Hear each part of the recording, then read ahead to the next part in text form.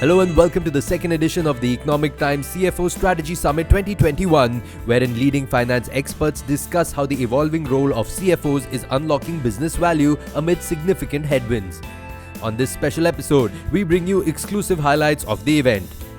First up, we bring you opening remarks on government strategy on the new age digital finance systems by Dr. Bhagwat Kishan Rao Karad, Union Minister of State for Finance, Government of India.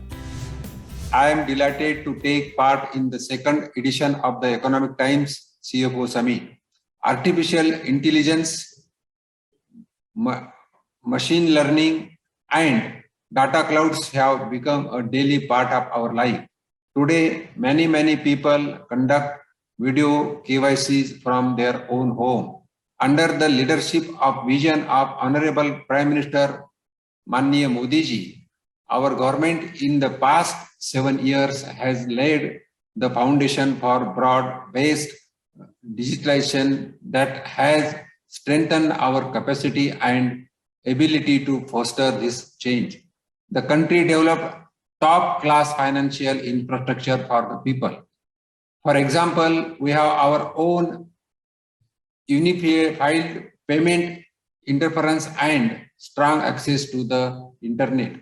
India is also one of the largest consumers of the data per capita. In terms of financial activities, the government has also worked on GST and e-way invoicing, digital payments, and faceless assessment with real-time decision making. I am sure these have also helped CFOs in running their business successfully. Financial functions in companies have been at the forefront of effectively leveraging digital tools and means. Finance functions today are increasingly using artificial intelligence, machine learning, robotic process, cloud tools, etc. It is helping them not just improve their efficiency, but also achieve and deliver insights to become even more strategic patterns to their organization and leaders. In the coming years, digital adaptation will become a growing necessary across organizations, large scale and MSMEs alike, which will drive us in the government to deliver on more enabling interventions. Importantly, the growing digitalization will also drive all stakeholders of the country to develop the talent pool which can accommodate the future. We will have to collectively develop the ecosystem that can foster more data scientists, digital engineers, digital forensic experts in the country. I am not just optimistic but confident that we will achieve the digital age for our country. And with the support of our Honorable Finance Minister, Nirmala Sitaramji Madam, I am confident that the financial functions will find an accommodative ecosystem for themselves. I thank you for inviting me for this summit today. In their journey of digital transformation, organizations are looking at 4 things that become very important to them, more from an IT infrastructure landscape perspective. The first is they need an ability for their infrastructure to scale up and down. As data grows exponentially and as newer methods of collecting data get devised and more analytics tool comes, organizations need an infrastructure that can scale up and down to handle this unpredictability and suddenness. Second, organizations today want to pay for what they consume. Third, organizations need a self-service portal which can actually give them real-time analysis of their consumption, which they can use to optimize and provision infrastructure across various landscapes and various applications. And finally, what we have observed in the last couple of years, that today organizations are looking at somebody else to manage their infrastructure and preferably remotely. HP GreenLake allows you to do all these 4 things. It allows you to scale your infrastructure up and down, pay as you use. It gives you, in the form of GreenLake Central, a self-service portal for you to provision yourself. And finally, through GreenLake Management Services, we can manage infrastructures remotely. Importantly, it allows you and lets you do all of this in the secure environs of your own data center or that of a colos data center service provider. This is what broadly GreenLake is, and it is absolutely relevant to what currently organizations are looking at. See, the beauty of GreenLake solution is that you don't need to make an upfront investment for your infrastructure. What you invest on day one is exactly what you use now. Unlike a typical capex infrastructure, where you have to plan for a 3 or a 5 year period and then do a refresh. In GreenLake, what you invest is exactly what you need today. And then you constantly monitor through GreenLake Central how your consumption pattern is, and then add capacity as and when you require. The fact that you can spread your investment, the fact that the whole solution gives you the flexibility to scale your infrastructure up and down, and importantly, you pay for only what you consume. GreenLake gives you a much better TCO, and hence it becomes very economical when you look at the traditional ways of building IT landscapes.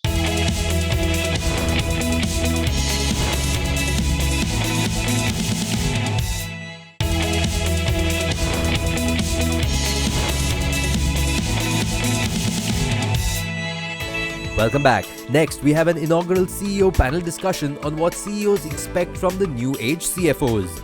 Very, very warm welcome to this inaugural session. So first question to you, Sanjeev. What are your top expectations from your CFO, Sanjeev? I would say it's tough to be a CFO today. And let me put it in some context. From a leadership perspective, the best signals now needs to come out of the CFO. Where is the organization moving? What is happening? How things are going to pan out? What are the risks, external risks that are coming through? I think the signals of the CFO have become so far more important than in the previous times that let's realize that their role as the true north sometimes in how things can pan out is becoming very, very important. The next thing that is changing is the seamless connectivity of information.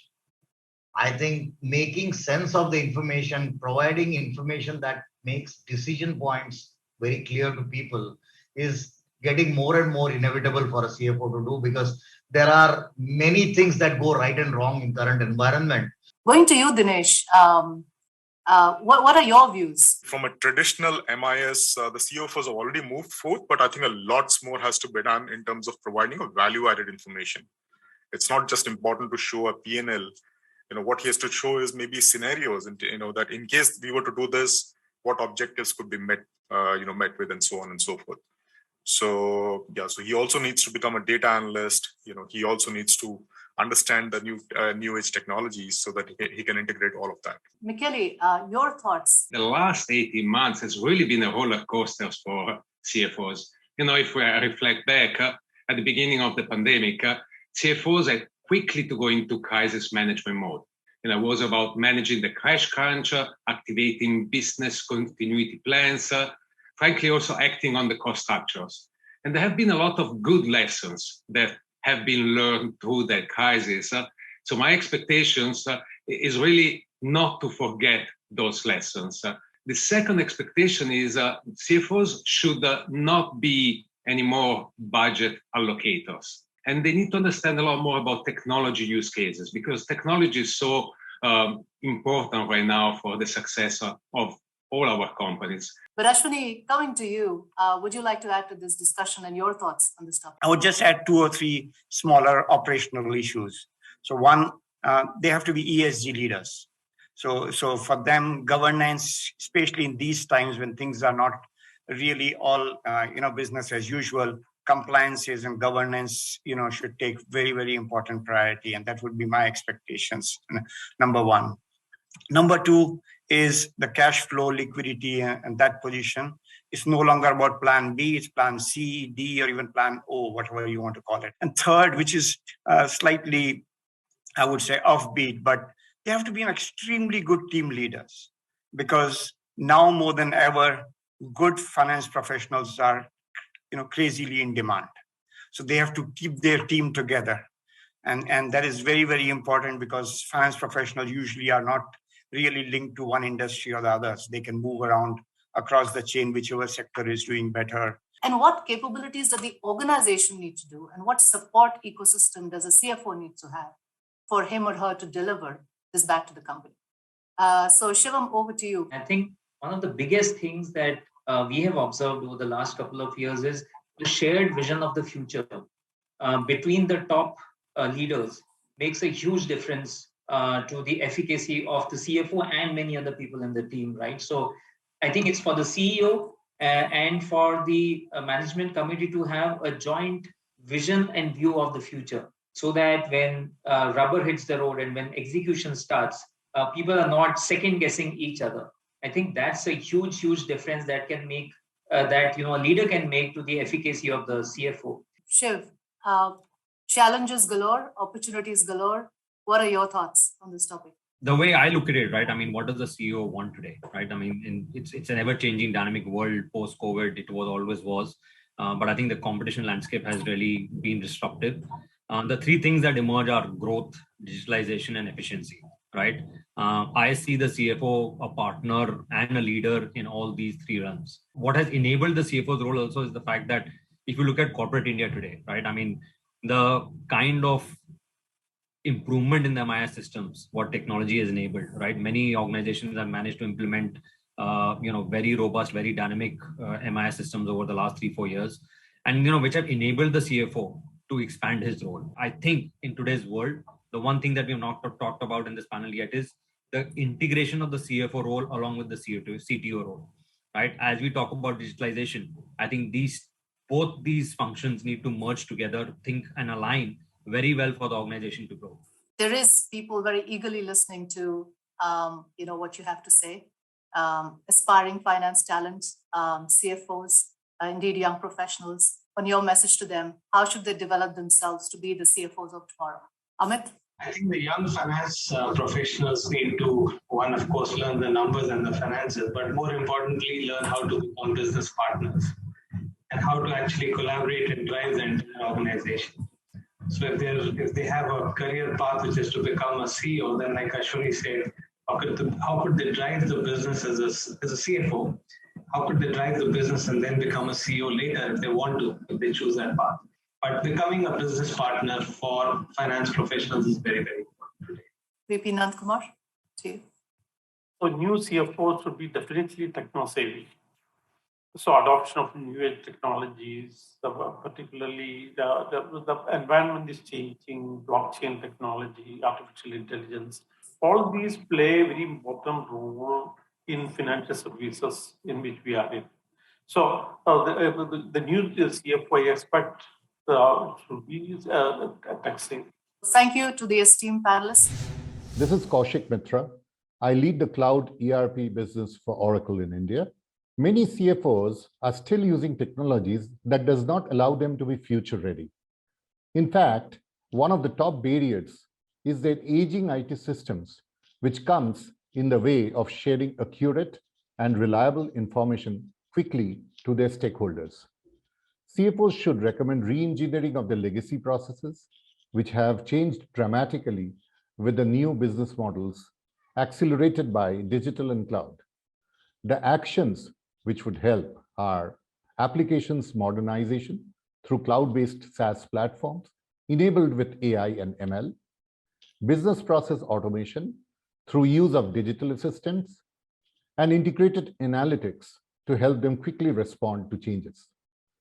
Those who have started using cloud applications have realized significant benefits, including growth in revenues, better user experience, faster closure of books, and cost reduction by automating repetitive processes.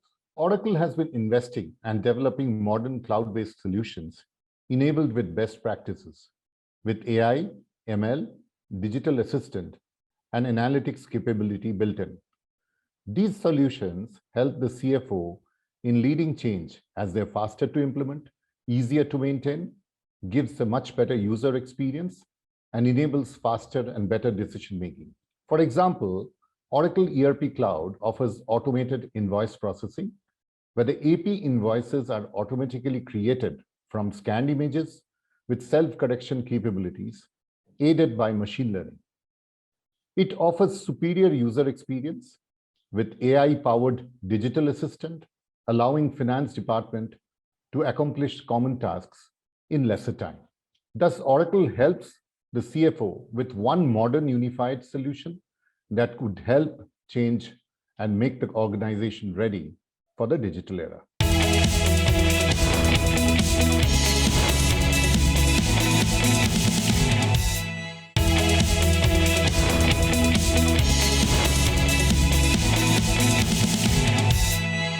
Welcome back. In our next session, we bring you a power-packed panel discussion on the role of the CFO in established companies versus new age digital companies.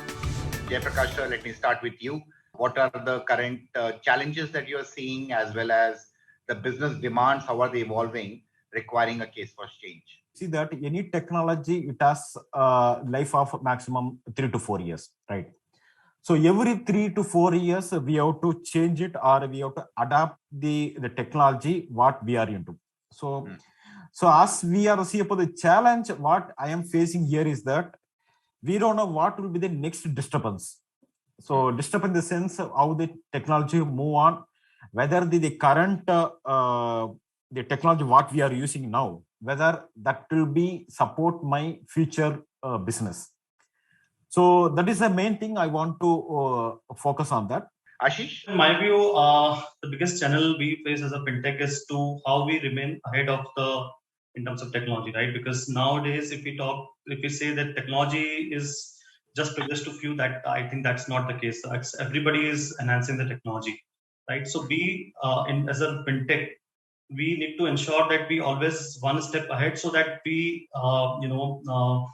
we solve the issues which others are currently working on, and we do next level thing. Shubharat sir? If you think about the traditional finance activities like accounting, reporting, controlling, etc., internal controls, there is great scope for automation. So what we're doing is, you're doing RPAs, and then you could do the automation of balance sheet schedules. So there's one piece of it which is automating activities. The other piece of the ask is more data related, to make data available in dashboards for other functions to use in a democratic way, if I may say so. Super, fantastic. Nilesh? One is, I think it's still fairly easy to figure out how to do things differently. It is usually more difficult to figure out what different to do. And I think today technology is so advanced that we should be actually thinking about what is it different that I should be doing, and not what is it that I should only be doing differently. And I think that is really one area where we are grappling with. Coming through, Amit, in your industry, again, mutual fund is an interesting industry. What are the challenges that you think are relevant to you? I think 3-4 things on the challenges side, basically data, digitalization, risk, and then the regulations, stakeholders scrutiny on all those things. Yeah, Nitin? Apart from the challenge of being a company which is there, the corporate which is there for more than 50 years, the challenges were huge. And the first was the work from home. Getting 140 laptops in 5 days was itself a challenge. So that's transformation. I would say the first transformation started over there. The lowest cost and the maximum efficiency. That was the next challenge. So expectation from all of us is, getting up and ready. You should be compliant at the same time. And more from a business perspective, I would say, the digital ask is much more. A quick summary from your lens, having heard everyone, what are the themes that you are seeing emerge?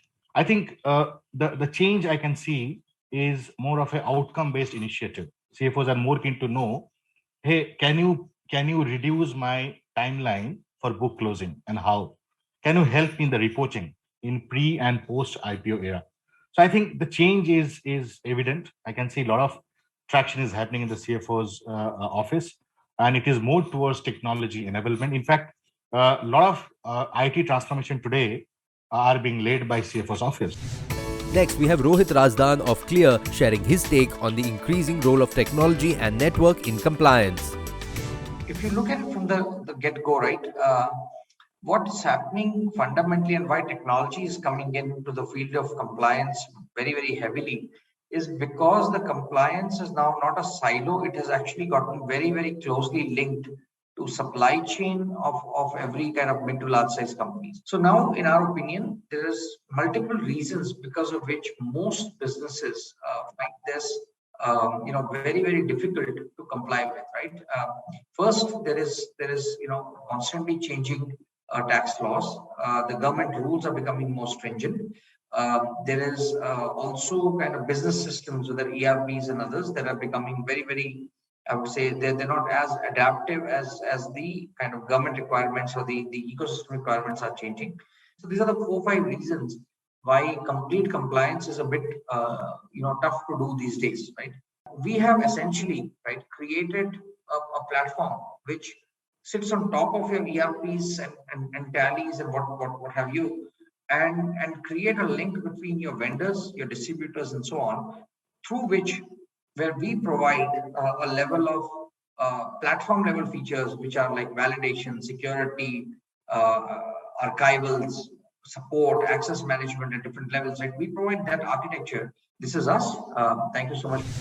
Our next session focuses on futuristic CFO technology-enabled growth moves with Justin Chapman of Oracle taking center stage.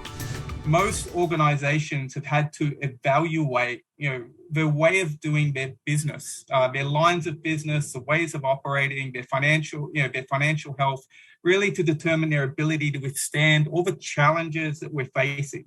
For most organizations, changes are needed in order not just to thrive, but to actually try to stay alive.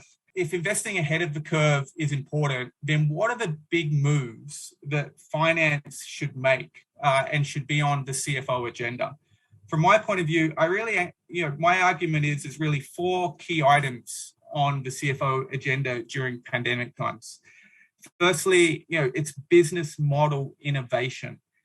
Secondly, I would argue M&A. It makes it doubly important that we have a strong capital allocation framework that is underpinned by a technology stack that we can quickly provide acquisition or divestment scenario analysis that flows through not just to the P&L, but provides cash flow, balance sheet, and share price simulations. Thirdly, getting an accelerated automated close, super critical. And then finally, I don't think I'll get any argument from people on the call. We need to create an intelligent, insight-driven culture. And as CFOs, we want to sort of step into the role of being that co-chair, like the COO type of position, and influencing the decisions, telling the business what is the next move they should take with facts and figures that provide that insight. Thank you very much, guys. Next up, we have a closing address by Pankaj Chaudhary, Union Minister of State for Finance, Government of India. मैं economic times की पूरी team को बधाई देता हूं। यहां उपस्थित विभिन्न कंपनी के सीईओज और सीएफओस को भी बधाई देता हूं, जिनके प्रयासों की वजह से भारत सरकार द्वारा डिजिटल टेक्नोलॉजी को बढ़ाने हेतु लिए गए निर्णयों को बल मिला है और ये सामूहिक प्रयास लगातार देश की प्रगति में सहायक हो रहा है। जहां एक ओर इस महामारी ने हमारी अर्थव्यवस्था को कमजोर किया, वहीं दूसरी ओर हमें दूसरे विकल्पों की ओर देखने के लिए भी प्रेरित किया है। वर्तमान समय में फिनटेक अर्थव्यवस्था में व्यापार वृद्धि और रोजगार सृजन दोनों मामलों में सबसे अधिक प्रभावित क्षेत्रों में से एक है। डिजिटल पेमेंट, डिजिटल ऋण, बैंक टेक आदि फिनटेक के कुछ प्रमुख घटक हैं। भारत एशिया में फिनटेक के सबसे बड़े बाजार के रूप में उभरा है। विश्व के बड़े फिनटेक हब के रूप में उभरते भारत में फिनटेक का तीव्र व्यापक विकास देखा गया है। आप सभी में से मेरा पुनः अनुरोध है कि आप सभी अपने अपने एरिया में नई टेक्नोलॉजी का प्रयोग करके अपने ऑर्गेनाइजेशन और देश की प्रगति में और भी योगदान करें। बहुत बहुत धन्यवाद।